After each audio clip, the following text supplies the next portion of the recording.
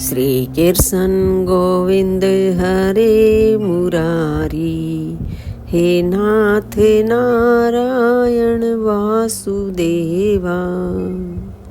श्रीमद् भागवत को नमस्कार, व्यासदेव जी को नमस्कार, प्रहलाद जी को नमस्कार, नारद जी को नमस्कार करके आज के अध्याय का आरंभ करते हैं।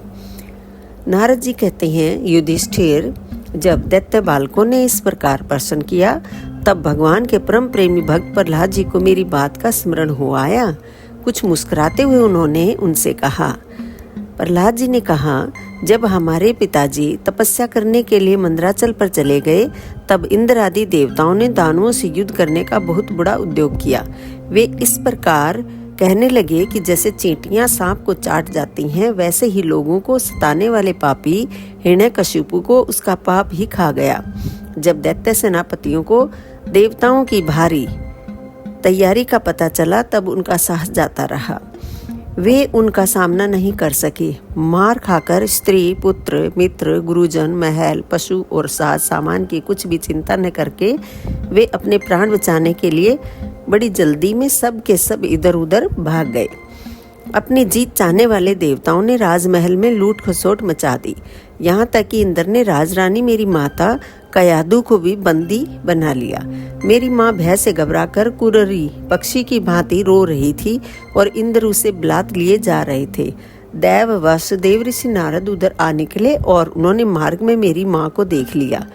उन्होंने कहा, देवराज, यह निरपराध है, इसे ले जाना उचित नहीं। महाभाग, इस सती साध्वी पर नारी का तिरस्कार मत करो, इसे छोड़ दो, तुरंत छोड़ दो। इंद्र ने कहा, इसके पेट में देवद्रोही हिरण्यकशिपु का अत्यंत प्रभावशाली वीर्य है। परसों पर्यंत यह मेरे पास रहे, बालक हो जाने पर उसे मारकर मैं इसे छोड़ दूंगा। नारद जी ने कहा, इसके गर्भ में भगवान का साक्षात परम प्रेमी भक्त और सेवक अत्यंत बली और निष्पाप महात्मा है। तुम में उसको मारने की शक्ति नहीं है। देवऋषि नारद की यह बात सुनकर उसका सम्मान करते हुए इंद्र ने मेरी माता को छोड़ दिया और फिर इसके गर्भ में भगवत भक्त है, इस भाव से उन्होंने मेरी माता की प्रदक्षिणा की तथा अपने लोक में चले गए। इसके बाद देवऋषि नारद जी भी मेरी माता को अपने आश्रम पर लिवा गए और उसे समझा बुझाकर कहा कि बेटी, जब तक तुम्हारा पति तपस्या करके लौटे तब तक तुम यहीं रहो। जो आज्ञा कहकर वह निर्भयता से देवऋषि नारद के आश्रम पर ही रहने लगी और तब तक रही जब तक मेरे पिता घोर तपस्या से लौटकर नहीं आए। मेरी गर्भवती माता मुझ गर्भस्थ शिशु की मंगल कामना से और इच्छित समय पर अर्थात मेरे पिता के लौटने के बाद संतान उत्पन्न करने की कामना से बड़े प्रेम तथा भक्ति के साथ नारद जी की सेवा शुश्रूषा करती रही। देवऋषि नारद जी बड़े दयालु और सर्वसमर्थ हैं। उन्होंने मेरी माँ को भागवत धर्म का रहस्य और विशुद्ध ज्ञान दोनों का उपदेश किया। उपदेश करते समय उनकी दृष्टि मुझ पर भी थी। बहुत समय बीत जाने के कारण और स्त्री होने के कारण भी मेरी माता को तो अब उस ज्ञान की स्मृति नहीं रही, परंतु देवऋषि की विशेष कृपा होने के कारण मुझे उसकी विस्मृति नहीं हुई।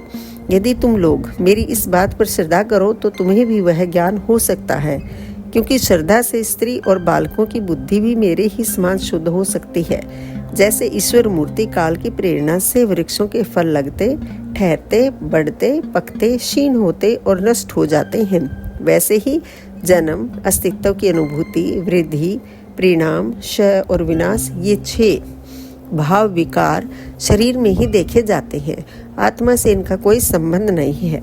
आत्मा नित्य, अविनाशी, शुद्ध, एक, क्षेत्रज, आश्रय, निर्विकार, स्वयं प्रकाश, सबका कारण, व्यापक, असंग तथा आवरण रहित है।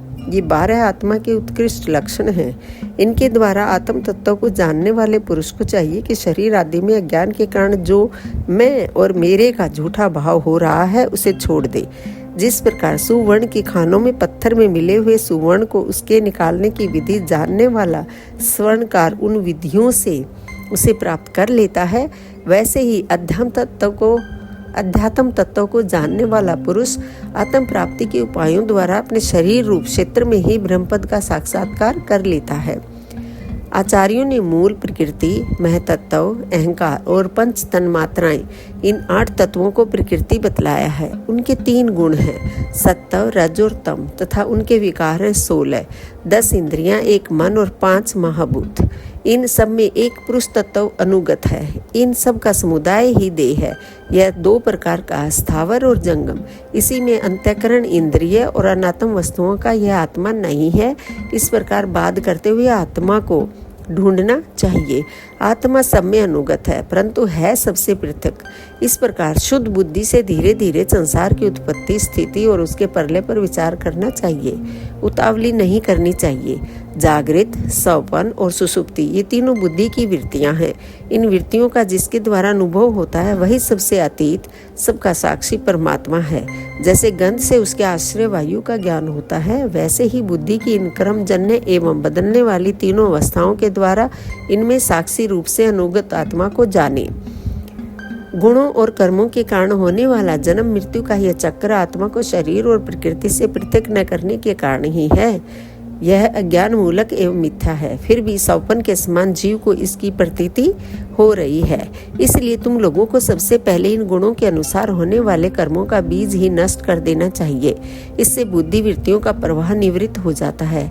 इसी को दूसरे शब्दों में योग या परमात्मा से मिलन कहते हैं। यूं तो इन त्रिगुणात्मक कर्मों की जड़ उखाड़ फेंकने के लिए अथवा बुद्धि निवृत्तियों का प्रवाह बंद कर देने के लिए सहस्रों साधन है, परंतु जिस उपाय से और जैसे सर्वशक्तिमान भगवान में स्वाभाविक निष्काम प्रेम हो जाए वही उपाय सर्वश्रेष्ठ है।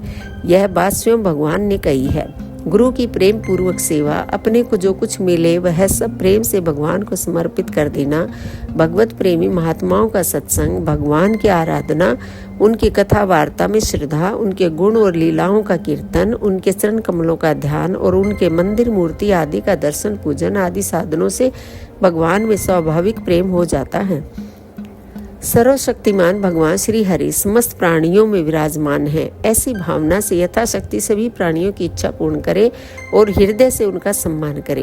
काम, क्रोध, लोभ, मोह, मद और मत्सर, इन 6 शत्रुओं पर विजय प्राप्त करके जो लोग इस प्रकार भगवान के साधन भक्ति का अनुष्ठान करते हैं, उन्हें उस भक्ति के द्वारा भगवान श्री कृष्ण के चरणों में अनन्य प्रेम की प्राप्ति हो जाती है। जब भगवान के लीला शरीरों से किए हुए अद्भुत पराक्रम, उनके अनुपम गुण और चरित्रों को श्रवण करके अत्यंत आनंद के उद्रेक से मनुष्य का रोम रोम खिल उठता है, आंसुओं के मारे कंठ गदगद हो जाता है और वह संकोच छोड़कर जोर जोर से गाने, चिल्लाने और नाचने लगता है। जिस समय वह ग्रहग्रस्त पागल की तरह कभी हंसता है, कभी करुणा क्रंदन करने लगता है, कभी ध्यान करता है तो कभी भगवत भाव से लोगों की वंदना करने लगता है।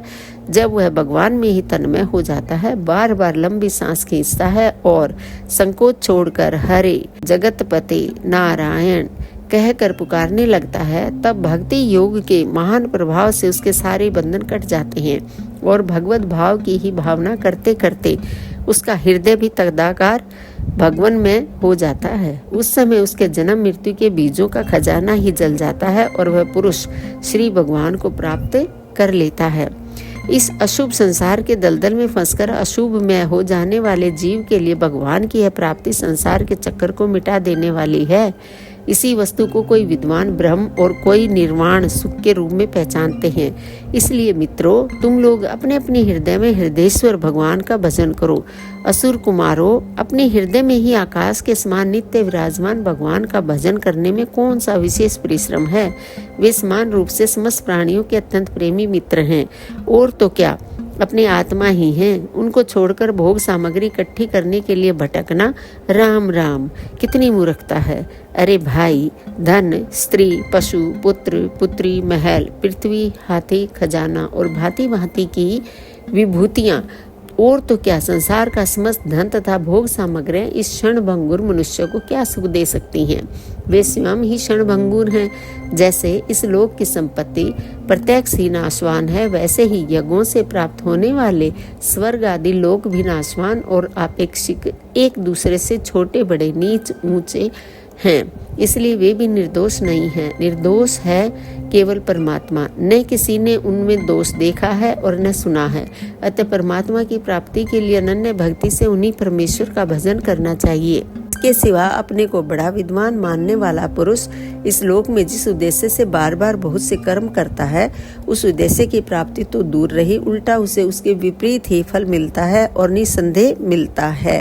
कर्म में प्रवृत्त होने के दो ही उद्देश्य होते हैं, सुख पाना और दुख से छूटना। परंतु जो पहले कामना न होने के कारण सुख में निमग्न रहता था, उसे ही अब कामना के कारण यहाँ सदा सर्वदा दुख ही भोगना पड़ता है। मनुष्य इस लोक में सकाम कर्मों के द्वारा जिस शरीर के लिए भोग प्राप्त करना चाहता है, वह शरीर ही पराया शयार कुत्तों का भोजन और नाशवान है। कभी वह मिल जाता है तो कभी बिछुड़ जाता है। जब शरीर की ही यह दशा है, तब इससे अलग रहने वाले पुत्र, स्त्री, महल, धन संपत्ति, राज्य खजाने, हाथी, घोड़े, मंत्री, नौकर चाकर, गुरुजन और दूसरे अपने कहलाने वाले की तो बात ही क्या है। ये तुच्छ विषय शरीर के साथ ही नष्ट हो जाते हैं और ये जान तो पड़ते हैं पुरुषार्थ के समान, परंतु हैं वास्तव में अनर्थ रूप ही। आत्मा स्वयं ही अनंत आनंद का महान समुद्र है। उसके लिए इन वस्तुओं की क्या आवश्यकता है?